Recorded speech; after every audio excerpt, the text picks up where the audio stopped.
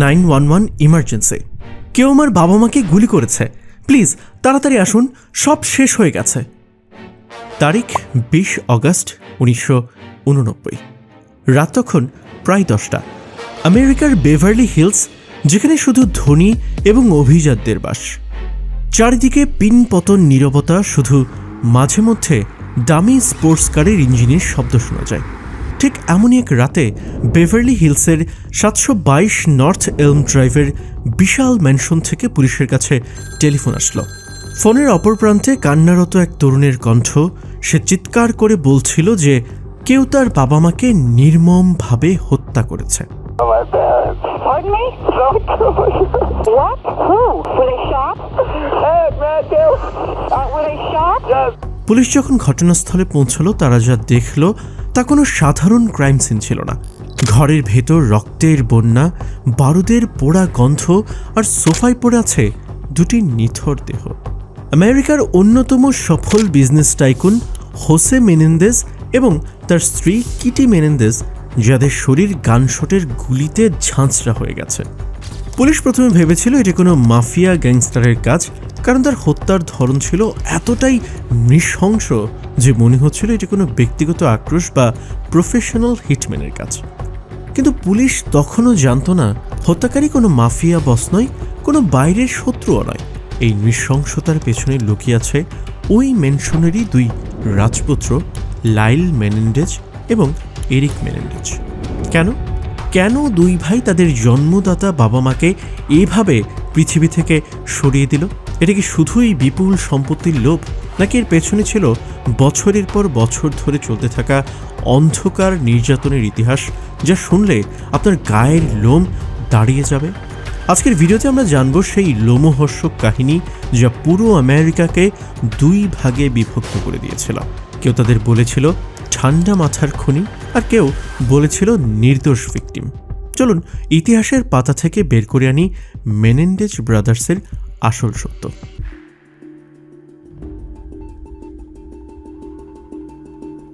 ঘটনাটি বুঝতে হলে আমাদেরকে একটু পেছনে যেতে হবে। হোসে মেনেন্ডেজ ছিলেন একজন কিউবান ইমিগ্রেন্ট, যিনি শূন্য হাতে আমেরিকা এসেছিলেন এবং নিজের মেধা ও পরিশ্রমে গড়ে তুলেছিলেন সম্পদের এক বিশাল সাম্রাজ্য। তিনি ছিলেন RCA রেকর্ডসের মতো বড় কোম্পানির এক্সিকিউটিভ, আর তার স্ত্রী মেনেন্ডেজ ছিলেন এক সময়ের বিউটি কুইন। তাদের দুই ছেলে লাইল এবং এরিক বড় হচ্ছিল সোনার চামচ মুখে নিয়ে। বাইরে থেকে দেখলে মনে হতো এটি একটি পারফেক্ট আমেরিকান ফ্যামিলি। বিশাল বাড়ি, দামি গাড়ি, প্রাইভেট স্কুল, টেনিস কোচিং, কিছুরই অভাব ছিল না তাদের। কিন্তু এই চকচকে পর্দার আড়ালে ছিল এক ভয়ানক বাস্তবতা। হোসে মেনেন্ডেজ ছিলেন একজন স্বৈরচারী স্বভাবের। পরিবারের উপর তার নিয়ন্ত্রণ ছিল প্রশ্নাতীত। তিনি চাইতেন তার ছেলে মেয়ে সব ক্ষেত্রে সেরা হোক, আর পান থেকে চুন খসলেই নেমে আসত মানসিক এবং শারীরিক নির্যাতন। মা কিটি মেনেন্ডেজ ছিলেন অনেকটা নীরব দর্শক। নিজের হতাশা ঢাকতে তিনি আসক্ত ছিলেন অ্যালকোহল এবং ড্রাগসের মতো অভ্যাসে। 1989 সালের 20 অগস্ট, রবিবার। লাইল এবং এরিক সেদিন সন্ধ্যায় বাবা মাকে বলেছিল তারা বাইরে যাচ্ছে সিনেমা দেখতে। হোসে এবং কিটি তখন লিভিং রুমে বসে টিভি দেখছিলেন। তারা ভাবছিলেন ছেলেরা বাইরে গেছে, কিন্তু বাস্তবতা ছিল ভিন্ন। দুই ভাই তাদের গাড়ি বাড়ির পেছনে পার্ক করে, হাতে তুলে নেয় দুটি মসবার্গ 12 গেজ শটগান। নিঃশব্দে তারা প্রবেশ করে লিভিং রুমে। হোসে এবং কিটি কিছু বুঝে ওঠার আগেই শুরু হয় গুলিবর্ষণ। ফরেন্সিক রিপোর্ট অনুযায়ী হোসে মেনেন্ডেজকে পয়েন্ট ব্ল্যাঙ্ক রেঞ্জ থেকে গুলি করা হয়েছিল। একটি গুলি তার মাথার পেছনে লাগে, যা তাকে তৎক্ষণাৎ মেরে ফেলে। কিটি মেনেন্ডেজ বাঁচার জন্য চেষ্টা করেছিলেন। তিনি হামাগুড়ি দিয়ে পালানোর চেষ্টা করেন, কিন্তু তাকেও নির্মমভাবে গুলি করা হয়। তাদের শরীর এতটাই বিকৃত হয়ে গিয়েছিল যে পুলিশ প্রথমে তাদের চিনতেই পারেননি। হত্যাকাণ্ডের পর দুই ভাই যা করল তা আরও বিস্ময়কর। তারা গাড়ি নিয়ে চলে গেল ম্যানহোলেন ড্রাইভের এক পাহাড়ে, যেখানে তাদের রক্তমাখা জামাকাপড় ফেলে দেয় এবং শটগানগুলো মাটিতে পুঁতে ফেলে।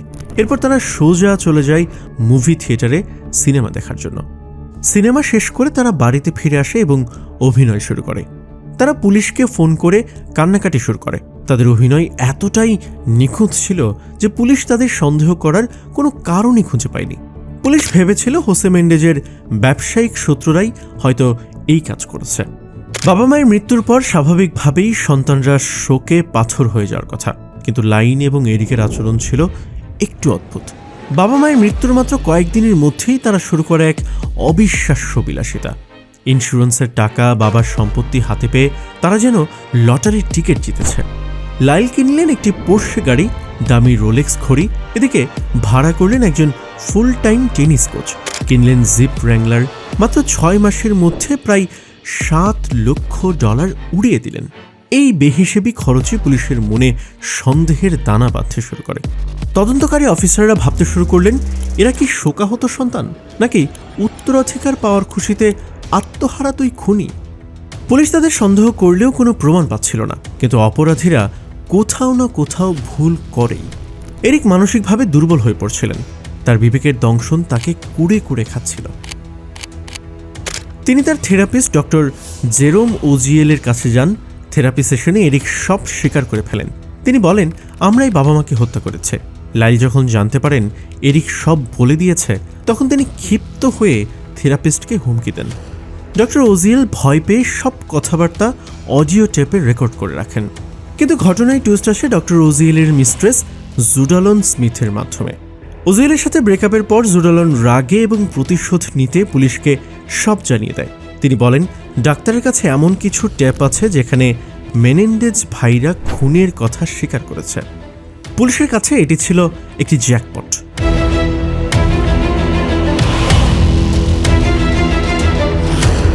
1990 সালের মার্চ মাসে ঘটনার প্রায় 7 মাস পর পুলিশ লাইল এবং এরিককে গ্রেপ্তার করে।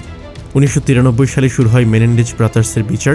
এটি ছিল আমেরিকার ইতিহাসের অন্যতম হাই প্রোফাইল কেস, যা টিভিতে সরাসরি সম্প্রচার করা হচ্ছিল। পুরো আমেরিকা তাদের টিভির সামনে বসে থাকত এই ট্রায়াল দেখার জন্য। প্রসিকিউশন বা বাদীর যুক্তি ছিল খুব পরিষ্কার, লোভ। তারা বলল, এরা 2 ভাই কোনো ভিকটিম নয়, এরা লোভী। বাবার $14 মিলিয়ন সম্পত্তি দ্রুত হাতে পাওয়ার জন্যই তারা বাবা মাকে হত্যা করেছে। তাদের প্রমাণ ছিল ভাইদের সেই লাগামহীন কেনাকাটা।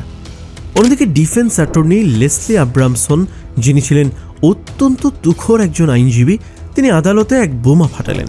তিনি বললেন, হ্যাঁ, তারা হত্যা করেছে, কিন্তু টাকার জন্য নয়, এটা ছিল ভয় থেকে আত্মরক্ষা। লেসলি আব্রামসন দাবি করেন, হোসে মেনেন্ডেজ তার ছেলেদের উপর বছরের পর বছর ধরে যৌন নির্যাতন চালিয়েছেন। এরিক আদালতে দাঁড়িয়ে কান্না জড়ানো কণ্ঠে বর্ণনা দিলেন কিভাবে তার বাবা তাকে ছোটবেলা থেকে দিনের পর দিন নির্যাতন করতেন। তিনি বললেন, আমরা বাবাকে ভয় পেতাম। তিনি বলেছিলেন আমাদের মেরে ফেলবেন। আমরা সেই রাতে বাঁচার জন্যই আগে গুলি চালিয়েছিলাম। এই জবানবন্দি পুরো আমেরিকাকে স্তব্ধ করে দেয়। জুরিরাও দ্বিধায় পড়ে যান। একদিকে নির্মম হত্যাকাণ্ড এবং বিলাসী জীবনযাপন, অন্যদিকে করুণ নির্যাতনের ইতিহাস। প্রথম ট্রায়ালে জুরিরা কোনো সিদ্ধান্তে পৌঁছতে পারেননি। জুরি প্যানেল ডেডলক হয়ে যায়, বিচার বাতিল ঘোষণা করা হয়। 1995 সালে দ্বিতীয়বার বিচার শুরু হয়, কিন্তু এবার বিচারক অনেক কঠোর ছিলেন।